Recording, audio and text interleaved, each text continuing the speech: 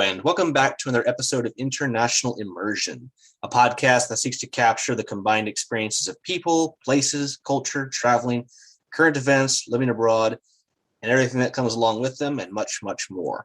For today's episode, we have a very special guest and someone who has made an immense impact globally, especially for families and the plight of women in reproductive health and a host of other things. So for today's episode, I have a special guest. Her name is Arlene Samen, and Arlene has been a nurse practitioner for over 40 years in high-risk obstetrics at the University of Utah Health Service Center. And she's also founded the One Heart Worldwide in 1997. And this has now developed into a global outreach where it's been helping women and with reproductive issues and to reduce the impact of infant mortality and maternal mortality. And from talking to her before this episode, it was quite interesting to see what she's done, how it's grown, and all the host of things that they've been able to accomplish since it was started. So Arlene, it's great to have you on today. I mean, your story is quite amazing, and the more I've read about things about you, the website that you have and everything else, it's just quite amazing. So it's a pleasure to have you on today. Thank you, Sean, for inviting me. And I'm very excited to share a lifetime of stories, it seems. Yes. So to begin with, I kind of gave a little brief introduction that you gave to me, but what else could you maybe tell about yourself to begin with? I feel like my career really was a little bit like jumping in a river on a river rafting trip, and it sort of took me in the directions around corners and down waterfalls as it pleased. So I feel like when you talk about international travel, it seems like my career as a nurse practitioner has been, finally woven with a lot of international travel, because I was a volunteer nurse with Interplas, which was doing cleft lips and palates all over South America. Then I went with them to Europe, the European group. We went to India and Africa. So I did all of that and lived on the Navajo Indian Reservation prior to starting One Heart. Oh, wow. So before you started this, you already been doing a lot, on both a local level in the United States and also on the international level. And he said with cleft palate and other things, that's great. And so from what I understand from learning about, One Heart Worldwide, basically its primary goal is to help reduce the rate of infant mortality and maternal mortality, and to increase the amount of aid and healthcare infrastructure available to high-risk families, and specifically, women in high-risk environments or countries around the world, if not mistaken, correct? Yes. And because I had all of that international experience prior to starting One Heart, it was really important for me to understand the cultural and spiritual beliefs that play into women accessing care and the decisions they make around where they're delivering and getting the care that they need or not need during pregnancy. So I love that you've woven in the international immersion, because if you really don't understand the culture, then it makes it very difficult. And we never really wanted to change their culture, but to understand it and then provide a network of safety that made it safe for them within their cultural context. And you bring up a great point there, in that you don't hear a lot of that in the medical industry about, each place, the culture, the traditions, the societal norms, and how that can play into, things such as this. And it heavily does the more you learn about it. But it's something that, I think most people don't really dig too deep into, because they don't really think about it or even are exposed to it. But yeah, depending on where it is, there are all kinds of things that could impede or assist in modern medical care and technology to help people for a whole host of conditions, whereas pregnancy, childbirth, long-term care, senior care, et cetera. that's a very good point. And I think that on an international level, as your organization has demonstrated, you have to be aware of that. And you have to take those facts into consideration and work around them, or, in some cases, push through certain challenges in order to be successful. That's very true. And it's fascinating because before we began our work in whatever country or community that we're in, because believe it or not, in Nepal, there's many different cultures within a small country, which is around 30 million people. I mean, just like state of California, we have Latino communities, Asian communities, African American communities, and there's different cultural and beliefs within our own country. So in Nepal, with so many there's different dialects, different customs, different cultural, different religions, you really have to understand how that plays into women accessing or not accessing care, and whether the family is going to be supportive or not supportive. And then it's just fascinating to learn about their culture so that we can adapt to their ways instead of trying to get them to adapt to ours. No, I mean, that's completely understandable, because when you're in their country, you have to play ball, you have to do and abide by rules, regulations, traditions there, because it's not like you can change them. I mean, things do change over time, but not in a way to influence women, who are in need right here and now. And I love sharing some of those, because even when I lived on the Navajo Indian reservation, and we service the Hopi and the Navajo and sometimes the Zuni nation. And there were a lot of beliefs there around childbirth and medical care. And if somebody died in their home, which was called a hogan, they had to exit the body out a particular direction. And so when the hospital was built, they tried to make it similar to that, so that if there was a death in the hospital, that the body would be exited in the direction that needed fit within their culture. And if a woman gave birth at the hospital, they wanted the placenta and the umbilical cord, because they would bury it, and then it gave nourishment back to the earth. And the umbilical cord they would tie over a rafter, which meant that the baby would always be tied to their home and come back. So, I mean, these traditions are really quite, many of them so beautiful. And then I worked 10 years in Tibet, and they had a lot of beliefs that if a stranger was at the birth of a baby, that the stranger could bring hungry ghosts on their back. And then these hungry ghosts would be looking for a new, incarnation to jump into, so to speak. And so they didn't want to have strangers at the birth. So we thought, okay, well, if we train someone from your community to be the skilled birth attendant, and you then got to know that person well, they wouldn't be a stranger. Would that be okay? And they're like, oh yeah, that would work. Or they wanted to give the baby butter, which is a blessing, and they use it as offerings in Tibet. But often the butter is rancid, and then they give it to the baby at birth as a blessing, but the babies would get diarrhea. So we said, okay, well, what if you eat the mom takes the butter, and then the blessings go through the breast milk? And then they're like, oh yeah, that works. So those are just fun examples of ways that we incorporated their tradition into the care that they were receiving.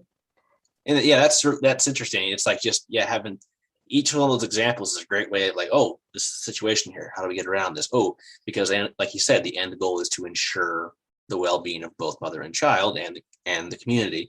But you have to kind of go through all these, and you don't know until you really go there. And like you said, there's definitely ways to get around it, but it's amazing what may pop up. Like, oh, okay, they don't want us really to do this, but we need to do something to make sure that everything's done correctly. How about this? Okay, here's a contingency. Oh, here's a solution. Here's thinking outside the box, you could say.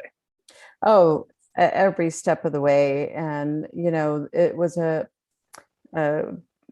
cultural belief in Nepal and in Tibet around the blood of menses and the blood of childbirth being polluting, as dirty. And so they wanted women during menses to be out of the house, not cooking the food.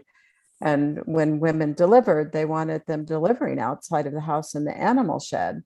So the way that we kind of got around that one was in Tibet, we put together a birth kit. And this is before we had the birthing centers. And we'd say, okay, if the woman is delivering at home, we're going to have her deliver on this sterile sheet. And then everything is disposable, so we can contain the pollution and then we can bury it. And then later, as we got the birthing centers built, then it was like, okay, all the pollution can be in the birthing center where we can dispose of it and not contaminate your house. So that just went, oh, okay, well, that's perfect. No, like you said, there's so many moving parts that go into that, the resources, getting the infrastructure, and then setting things up where everything benefits. So no, and I can see how that can be a little time consuming, but also, challenging, be it rewarding in seeing results and seeing improvements made over time. So that's really cool. So and we're one of the, excuse me, but we're one of the first organizations that I know that really took the time to hire cultural anthropologists to do our baseline. No, I could see that they're very important because they will be the ones that give you that inner cultural perspective because they're the ones studying that. Having studied anthropology myself, that makes total sense. And I think that's a very wise method you guys use because, like you said, it gives you a different perspective, not just from a medical standpoint, but from more of the cultural and more of a social science perspective. And that's, in a way that's quite productive and, as you demonstrated, very successful. That's cool. So kind of moving on, kind of going back. So, you kind of hinted at your career, what you've done. So, how did you why would you say that you started off into the healthcare industry? Was it like a passion of yours or kind of going back and then kind of leading up until just before, you started the organization? Well, that's kind of a funny thing because my mom, when I was growing up, she always thought I should be a nurse. And I said, no way, I'm never going to be a nurse. And one summer when I was in college studying child psychology, I met an OBGYN doctor at a restaurant. And he said, I have an opening, would you like to come and work for me? And I started working in his office and I just fell in love with taking care of pregnant women and seeing them through a pregnancy and then getting to meet their children and knowing their children. And then they'd come back year after year. And, you really get to know them as a family. And most of the times it's just a really joyous time in someone's life. And that was it. I changed my major and went to nursing school. And then while I was in nursing school, the profession of a nurse practitioners just had started. And I thought that's what I want to be. So then I was very fortunate to get into a really good program and became a nurse practitioner right away. No, I've loved it. I've loved my career. That's a classic example of just how experiences can change our course or what we want to do. And, I definitely can relate to that in my own life thus far. But that's really neat and I think it comes down to that connection you felt in the sense of like you were helping these people, you were, gaining at the same time. It was very, I think, rewarding for you from what you were describing. Very rewarding. I got you. So how long were you in how long did you practice as a nurse practitioner until you started until the big event that we'll go into very shortly happened? Well, I've been a nurse practitioner for 41 years, and 23 of those I have been working with One Heart Worldwide. Okay, so a long time. But hey, that's impressive, and it shows your dedication and just how much you've accomplished in that period of time. Seeing from then until now, it's like I said, I'll keep saying it again. It's quite amazing to say the least. So that kind of leads into how this whole thing began. So you were so to kind of just to cut to the chase, you actually met with the Dalai Lama, and you in a way had a chat with him, and he told you something that in many cases has motivated you or changed the course of your life ever since. Yes. In 1997, the organization that I had been volunteering with, Interplast, got a letter from the government in exile in India from His Holiness's Ministry of Health, and requesting their services because they had some Tibetan children, refugee children there with cleft lip, cleft palate. Mm-hmm. And so Interplast knew that I had worked with the German team that worked in India. So they sent the letter to me. And I'd like to say that I have thought of myself as a Buddhist since I was a teenager. So the opportunity to do something in the Tibetan community was like, of course, I'll do that. So I wrote back to them and said that we could bring a team over to India and operate on any of the children that were there for free. And then Interplus, our small team, was invited to Dharamsala, where we had a private audience with His Holiness and showed him all the good work that we did with Interplast. And then afterwards, he looked at me and said, well, you've got this maternal child health background. I want you to go to Tibet because my own mother had 16 children and half of them died under the age of 5. Would you go help? I know that. Wow. So I actually didn't think he was serious, and we left, and Interplast went on to put together a trip to go to Dharamsala and operate on some children. And then I got a second letter from the government in exile saying, no, we were serious, we'd like to meet with you again. So I went and met with them again, and the rest was history. And then I found myself in Tibet for over 10 years, starting this project. I always likened it as a blank canvas because there really wasn't a medical system in place out in the countryside to provide the services for maternal child health at that time. So we got to kind of design it with the people for the people, which was really cool. No, that's excellent. And that kind of leads into more, like you said, the methodology behind it. So, like you said, at first you thought, I thought, oh, he's not kidding. So he was really serious about it, and you decided to commit to this task. So you could say, what was the methodology that you developed, kind of maybe mentally developed to kind of approach this to get this established, as you kind of somewhat touched into a bit? Well, kind of a funny story is, right at the time we were thinking about doing this project in Tibet, there was actually a call for proposals from the NIH. And the NIH was looking for 10 projects that would be academic in nature to reduce maternal and newborn morbidity and mortality. Oh, okay. Worldwide. And so it was the first large sum of money given to NIH towards maternal child health. So out of a whim, I was working at the University of Utah. We thought, okay, why not? Let's put a proposal together and let's do this. So our original idea of methodology was that we were going to work in 4 different counties And 2 counties would get interventions and 2 would not. And the intervention would be, go out, understand the cultural and spiritual beliefs and practices, design an intervention. At the time, we called it pregnancy and village outreach. And so we would go out to the villages, meet with the people, learn about their beliefs, and then we would design interventions around that, which would be access to care, referral system if there was a complication. And we'd have a team that would go out to the field and teach skills on a regular basis.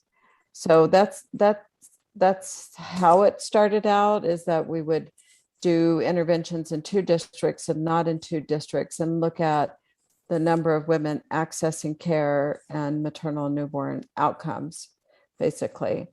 And to make a long story short, the NIH didn't want, we got awarded the grant, and then they decided they didn't want us to do that particular project.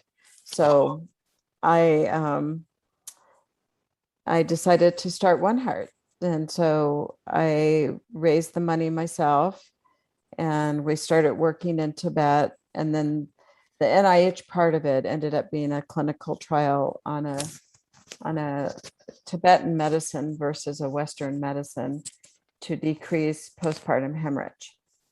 Oh, okay. Yeah. And then I went ahead and raised the money to do the original project, which was working out in the community and building.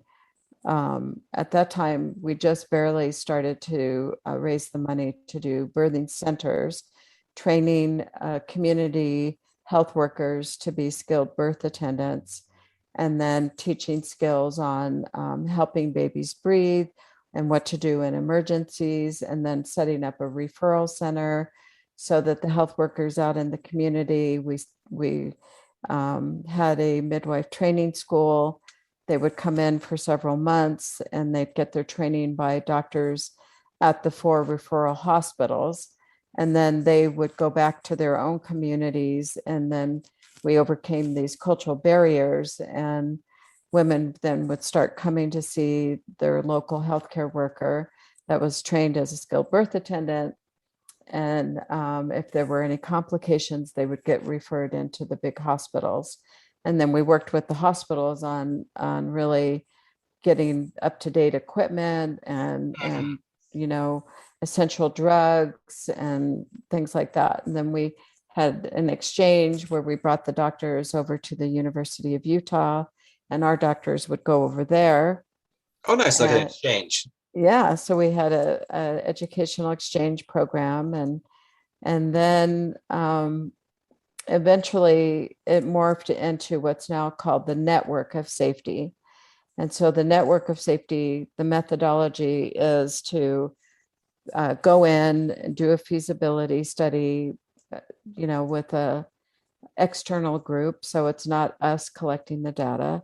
We understand, what the trend has been in those communities for the past 3 years. And we look at maternal and newborn deaths, access to care, which, how many women delivered in a facility. And then we go back the next year and we start our interventions, which is building birthing centers. And we look at a district and map it out per population, so no woman has to walk very far. And then we have we build birthing centers in conjunction with the local government, so that they invest 50% of the funds into it. Oh, very nice. And then we help them to learn how to manage the birthing facilities. And then we train the family members, the pregnant women, the healthcare providers in the community, set up a referral center, equip the birthing centers, and then work with the government not to create a parallel system, but to work together as colleagues and reducing maternal and newborn morbidity and mortality. So we don't make any decisions really too independent of the government. I see. So basically, trying to go in there and basically tune up or improve the infrastructure there and add new layers and increase both training and the capabilities of both, the staff from if you're from your organization and, the private doctors, or if it depending on the medical system, government sponsored healthcare, et cetera. So no, I think that's really good. And like you said, you don't want them to kind of develop their own thing. If best try to, build this hybrid system and then just copy it. Yeah, and you have to think all along about scalability and sustainability. So right there. You have to make sure that, we've all seen interventions that were not sustainable. And so even though we go in and we do the feasibility, we work in that district for 5 years and we exit out of that district, we make sure that when we leave, that there's a footprint and that the locals can run the birthing centers and the training programs pretty much on their own. And yet we're still there. If they have a problem or we see things are going off course, then we can always go back and assist them, or if they need some more equipment or things like that. But basically we try to make it so it's sustainable right from the very beginning. They know that they, being the community health directors, they know that when we come in, that it's for a limited period of time and that it's a co-investment by us and them and the government, that this is really for them, by them. And those birthing centers, even when we leave, are up and running. Women are no longer delivering out in the field by themselves. And it's now, we're really trying to drive systemic behavior change for now and future generations. And that plays to that point earlier, like you're not trying to change how things are there. You're just trying to change how things to embetter people, to have better practices. And like you said, to set up something that's sustainable and can support itself and not need, a third party to continually monitor and keep it going to make sure it's going effectively. And like you said, yeah, there are plenty of challenges with that, because look at plenty of examples of all types of organizations that do this and that go to different countries. Some meet success, some don't. It just depends on their approach and how successful they are in integrating and understanding the environment there. Yeah, and I've been fortunate enough to go out to many of the birthing centers. Now we have almost 500 in Nepal. That's amazing. And I actually went way up on the Himalayas in a helicopter, and one of our board members and his wife, both board members now, decided when his mother passed away that they were going to build a birthing center in her honor. So we all flew up there to see the new birthing center, and all the women in the village, the whole village came out to meet us, and women were crying, and they were just like, so happy that women in their village did not have to walk, off, these steep trails for hours to go have a safe delivery. And all of them have known women that have died in their community. So for them, this is like really a blessing. And it's just beautiful, really.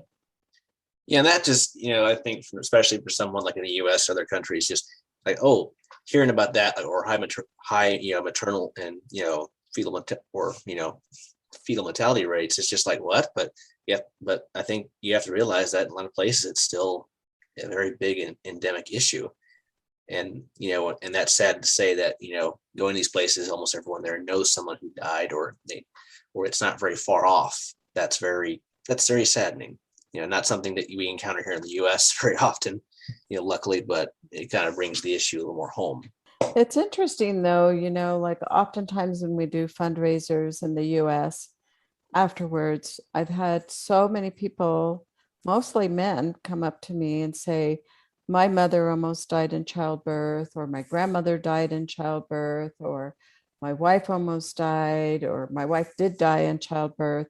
So it happens, certainly in our country, but far less than, actually Nepal for sure.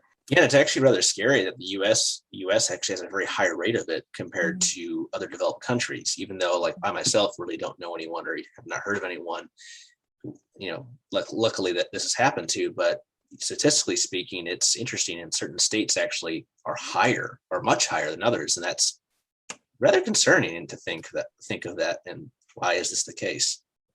Well, I can tell you the case is that in those many of those states where we do have a high mortality for moms and babies and morbidity is often um, they might be Hispanic. They don't know how to access the healthcare system, or African American Blacks that um, they also have a far greater risk of dying in pregnancy just due to genetic predisposition for hypertension in pregnancy and sometimes diabetes in pregnancy, or small for gestational age babies. And so states that have um, higher community, larger communities of African American or Hispanic, they are often at greater risk. And so that drives up the mortality and morbidity in our country. In a sense, that's sad, but unfortunately, given look at economics and other things, that's not surprising. That Yes. there. I mean, it's unfortunate to say, but that is just from what I've studied and done research in related areas. That does not surprise me. It's sad, but it does not really surprise me. Which Well, and we're seeing more and more in middle America that the small family hospitals and family doctors are not doing deliveries anymore. And so if a woman lived in, a small town in North Carolina and the local doctors and the hospital don't want, they're not taking on pregnancies or high risk pregnancies, then sometimes people have to drive 100 miles to get the care that they need. So it's a trend that's happening in our own country. And some states, midwives are not legal. wow, I did not realize that either. Mm-hmm. That's surprising, but interesting, very interesting to say the least. Like you said, it's everywhere. It's just a matter of how visible and how much in both Right. this issue and many, many others. And that kind of leads into kind of like the growth and development. So you came up with this approach, you established a good methodology, and like you said, it started out in Tibet primarily, Mm-hmm. and then you branched out from there. So maybe you can explain a little bit about like maybe what year you really kind of got your feet on the ground, got things established, and then started developing more connections, building more birthing centers, things like that. So we really started when we got the NIH funding in Tibet, and that was, I believe, 2001 or two. That's when we really could hit the ground running because we had the financial resources to do that. And it took a while for us once we wrote the NIH grant and then we got the money and got our contracts and all of that. So that started like 2002. Then it was up and running, and we were adding new counties. When you'll remember in 2008, there was the political uprising in Tibet, the year of the Olympics. And once that happened, the local government really was discouraging foreign NGOs to work there. So in 2009, One Heart, our contract was up and was not going to be renewed. And the wonderful blessing in all of that is the Tibetan staff came to me and said, this project is so successful. It used to be 1 out of 100 women died in childbirth and 1 out of 10 babies. We want to keep this going. And so we're going to apply for nonprofit status. And in order for us to get that, we need the vehicles, we need the training center, we need all the money in the bank. And I went to the board and we made a decision. We said it was always for you. And Here you go. And then they started it over themselves, that my Tibetan staff restarted the organization. That's great. That's And great. So basically, I know, and they even got the award in China for Charity of the Year, and it's still going strong. And then they came to me and said, you can't give up. You have to take what you learned here and pay it forward. So flash forward, in between all of that, we restarted in Nepal around 2010. And at the same time, we also went and we were working in the Copper Canyon of Mexico with the Tarahumara Indians. So we wanted to kind of test our theory that our methodology and our model could be adapted to any culture. And so we worked in two, bottom of the Copper Canyon with the Tarahumara Indians, and then in the Himalayas of Nepal. And it was just fascinating. And so sure enough, we were able to prove that the model could be adapted anywhere.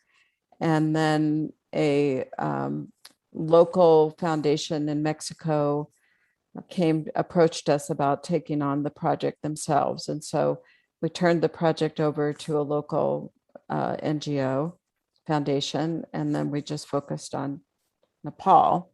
So in Nepal, we started in one district in 2010. And then in 2015, we were exiting that district, two districts, and we were adding three new ones. And then the earthquake happened. Oh, yeah, back in, I think, 2015, if I'm not mistaken. Mm-hmm. So we went into disaster relief mode, because suddenly in the new districts, we had 16,000 pregnant women with no place to deliver.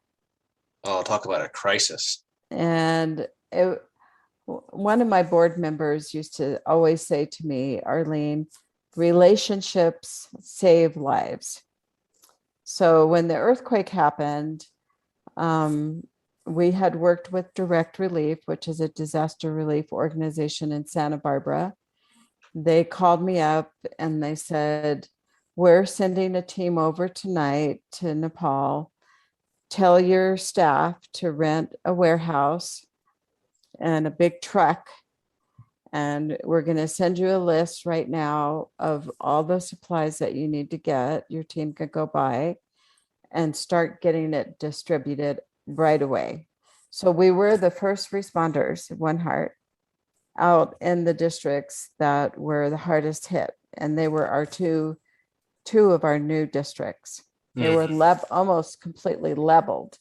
But our team went out there. I was so proud of them, making sure that they had essential drugs and medical equipment and water and things like that until more aid came into the country.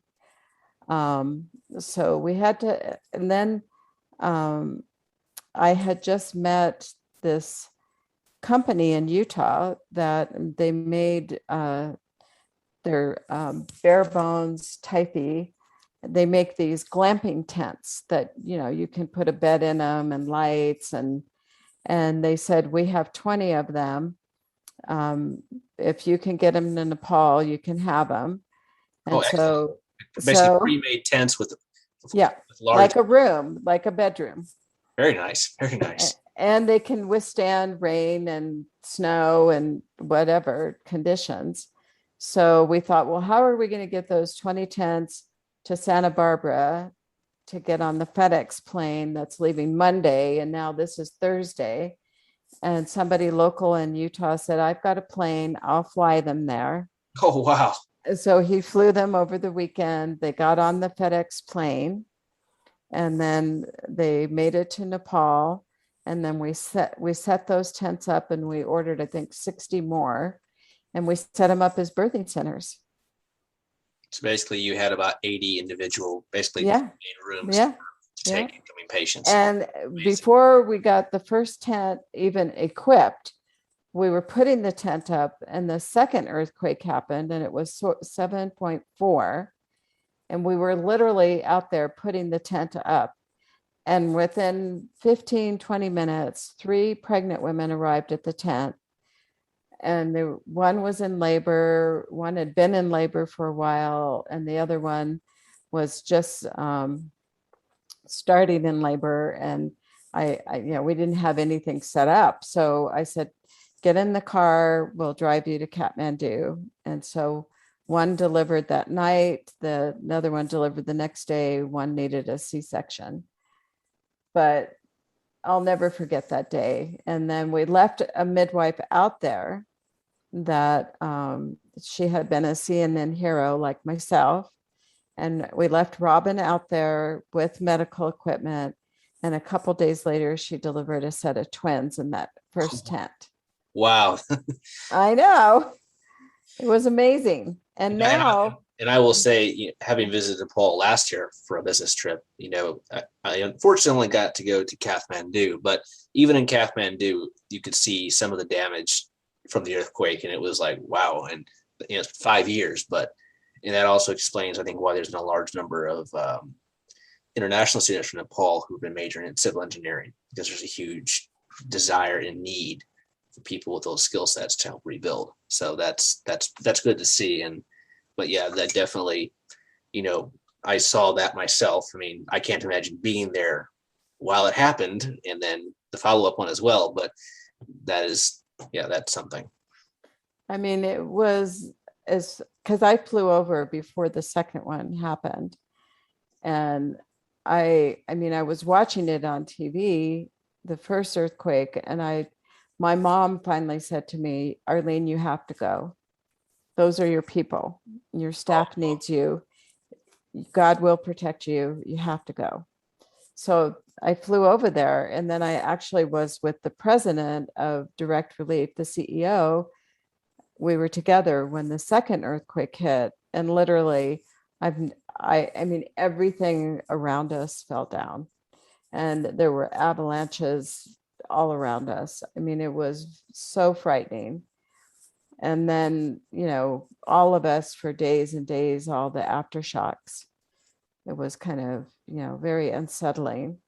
And then the U.S. Marine Corps were over there, and they were going out in a helicopter to deliver our tents. Oh, wow. And my now executive director, Surya, and I, and the CEO of Direct Relief, we're going to get on the helicopter the next morning to go out. And for some reason, there was something, and we decided, okay, well, we shouldn't go tomorrow. That helicopter went down. Oh my God. And everyone was killed on that helicopter. And we didn't go. Yeah, talk about like being on the knife's edge of possible disaster. That's tragic. I'm sorry to hear that happened, and my thoughts go to the families of those people on that chopper. And I was just so proud of the Marines over there, the helping and working so hard. I mean, everybody was really pitching in to help the Nepal people, and to be on the ground and witness that, it was really something. And we became a part of the disaster relief groups in these communities. So, really One Heart kind of made a name for itself, because we were the first responders, and we were part of the disaster relief team. And then for Direct Relief, they now have standardized these tents. So anytime there's a disaster, these tents go out with everything that's needed to take care of pregnant women. No, that's so amazing. They've never had like a delivery room set up before this. Yeah, basically that's economical, it's efficient, easy to transport, and the most important thing is the mobility aspect. You can get them out to wherever you need them very easily. And that's basically prefab hospital rooms, you could say. Yeah. So, awesome. sometimes out of disasters, like really remarkable miracles can happen. And I really, I witnessed that when I was there during those earthquakes. And that speaks to a larger theme, is that ingenuity is driven by things like that. It's sometimes you need events like this to spur creativity and ingenuity. You don't want the results or the negative results, but it does, at least there is some good that comes out of it, like these for example. But that's amazing, and that's really cool. I've learned so much this evening so far from talking about this.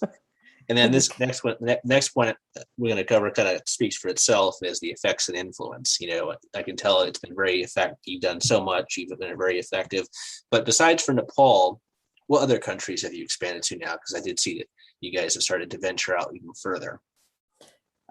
We haven't. I mean, right now we've been on the ground with One Heart Worldwide in Mexico and the Copper Canyon, Tibet, Nepal, but we have been involved in teaching the model to other organizations like Pachamama Alliance. We did some work down in Ecuador in the jungle with the indigenous tribe there. We've also have taught people our model in Liberia with Last Mile Health. And there was a project in India that we've also have given some information to try to help guide them for using the model as well. Oh, very nice, very nice. You can kind of see the progression, and now you're starting to, even if not as official, unofficially or semi-officially, you're starting to move in other countries to try to basically, export this model and method of, and like you said, it's proven to be internationally successful. And the nice thing about it, it's going to be tailored for each location, but still maintains the basic premise and structural model. Yeah, and when you think about it, I mean, I liken it to like if you have a bicycle and you have just one spoke breaks, the wheel doesn't turn smoothly.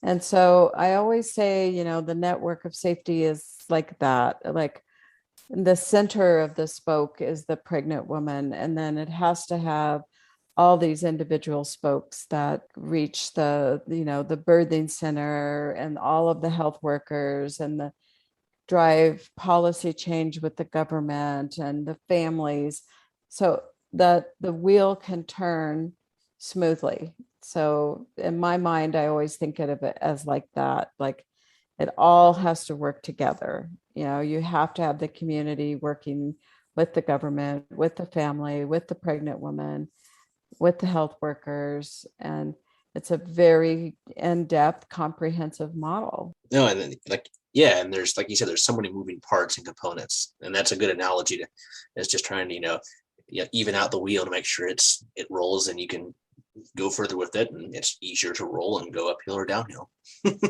Yeah, exactly. And it makes One Heart very nimble too, because if like the pandemic happened, we already had this experience of how to respond during the earthquake. And I had also been in China when they had the 8.4 earthquake. So all of those things I was saying earlier, how I felt my career was like going down a river and it went in what direction it needed to. I had been an emergency room nurse, and you learn how to triage and like, okay, what do we have to take care of first? And so I passed that on to my staff, I think, in Nepal, that, we can be nimble, we can respond and still keep the mission going in the direction of our mission, which is to make sure that pregnant women and their newborns are safe.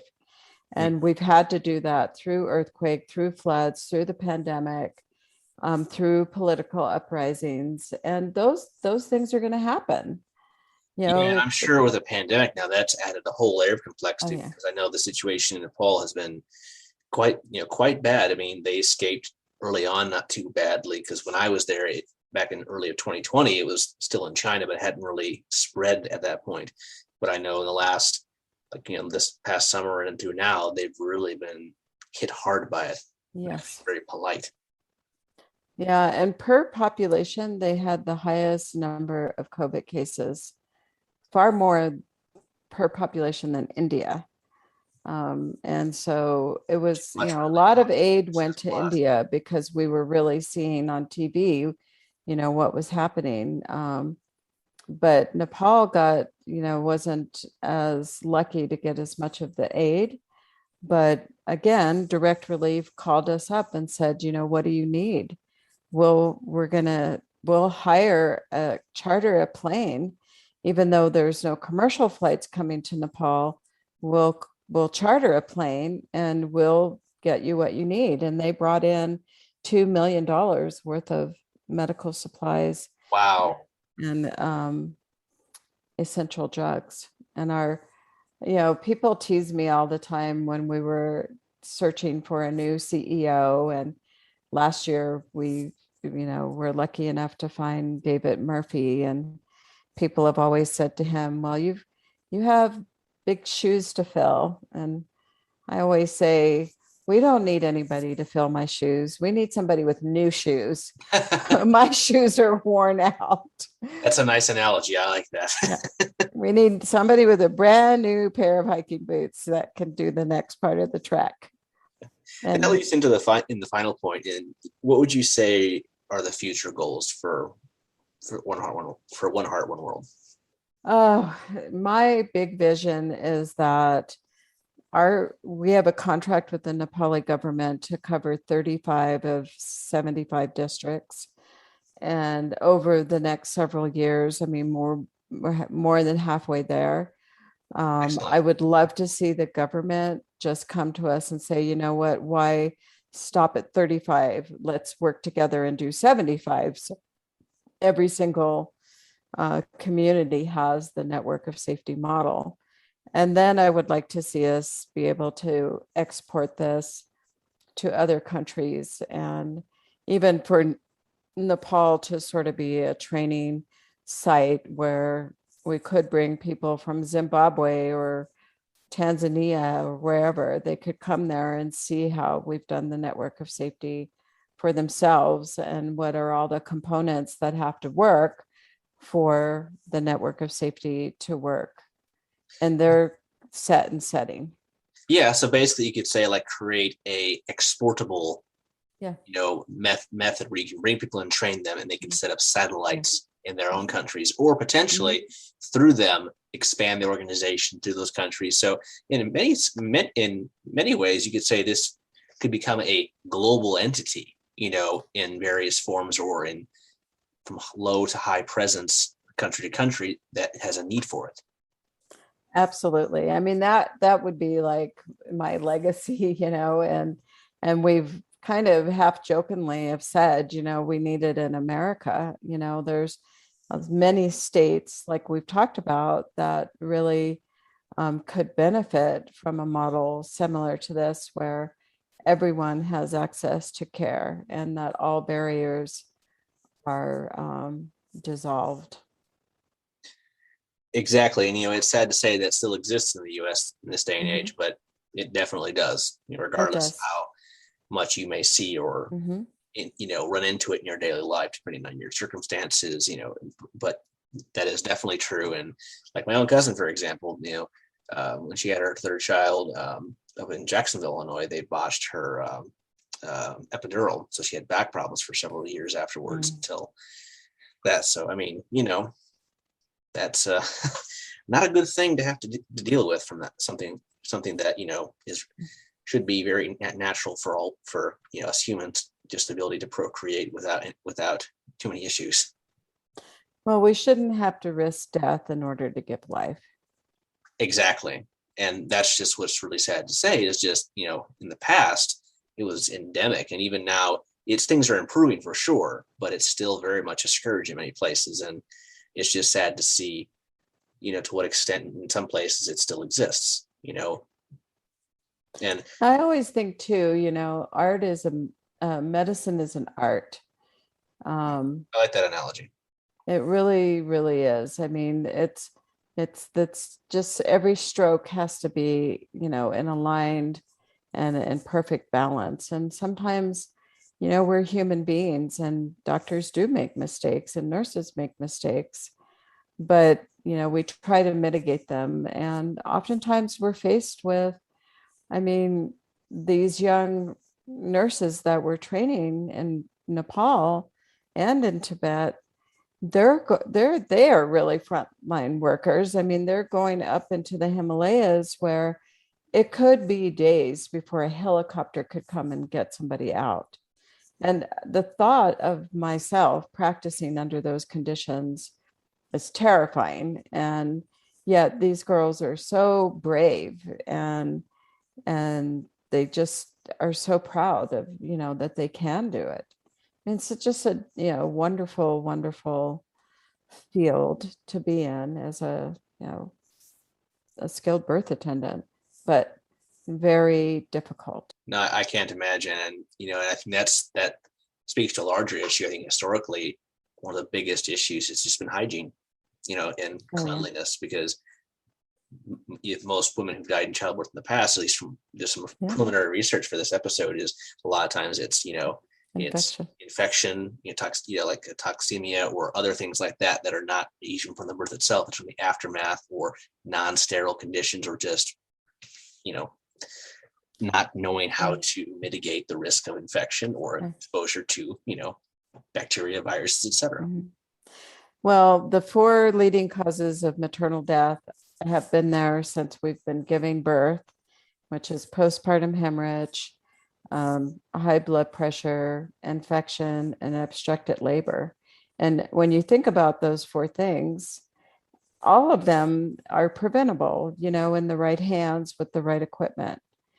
There are women that die from they themselves were born with a heart defect, or they've gotten hepatitis or liver failure or things like that. But those numbers are small compared to the leading causes of death. And again, they're all preventable. And the same with most newborn deaths. Babies need to breathe. They, die from, they're not breathing at birth and they need help to breathe. Hypothermia, diarrhea, pneumonia. I mean, those are the leading causes of newborn death. And they're not hard. I mean, it's not rocket science. It's not really expensive, unless you have a baby that ends up in the NICU. But these are most times simple interventions that are pretty cost effective if a woman has access to a safe, clean delivery with a skilled provider with access to essential drugs. No, I mean, very well said. And yeah, it comes down to, like you said, accessibility, and just a lot of people unfortunately don't have that, or don't have easy accessibility to the things they need. And I think another big point is just education. Like you said, educating people about, just to make a few changes here, a few changes there, or don't do this versus that can make a huge difference. So, like definitely. Just baby steps and small little things you can do can make a world of difference. Definitely. Well, Arlene, it's been a pleasure talking to you this evening. I really learned a lot, and I will say what you've done is very inspirational, and I'm so happy to see what success you and the organization have been able to achieve in Nepal and other countries, and who knows what time will tell where else you guys can spread this model, and how many hundreds to thousands, maybe even millions of people this will benefit. So that's just so as for a takeaway, what would you say for you? What would be some of the takeaways you've had from this experience, kind of wrapping up? Well, I mean, I'll His Holiness always said to me, never give up, no matter what, never give up. And so I think that is important for all of us in life, that sometimes we fail at things, sometimes we fall down, sometimes we get injured, sometimes we get fired, is like, you got to pick yourself up and not give up. And I also love, that relationships save lives. Oh, likewise. I think relationships are, from my experience, having, working in a field where I travel and do other things internationally, relationships are essential. They're essential for so many things, for successful business, friendships. It's just, relationships. It's all about, that's how the world can become more intertwined and more unison in a way.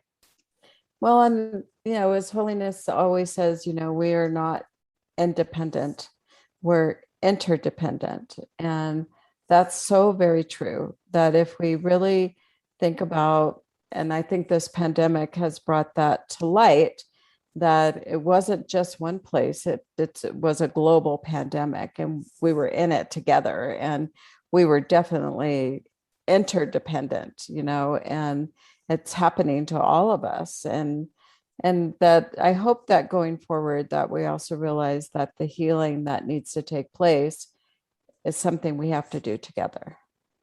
I completely agree. Completely agree.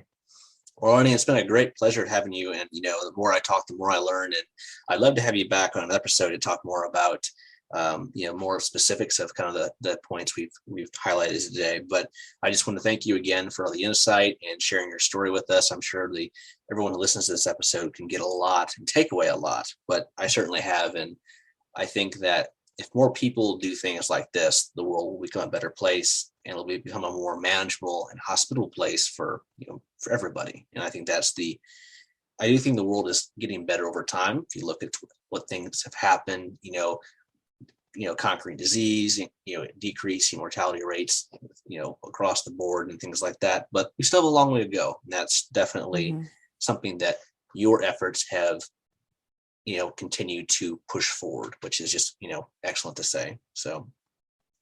So everyone's enjoyed this episode of International Immersion.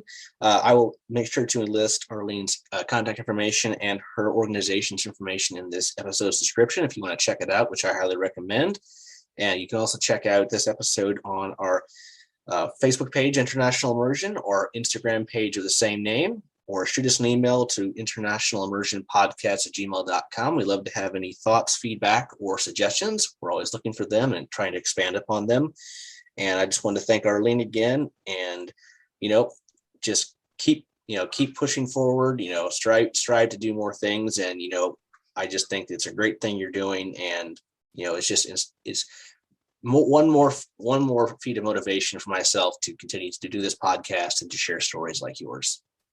Well, thank you so much. It's really been an honor. I appreciate that. Thank you again, Arlene.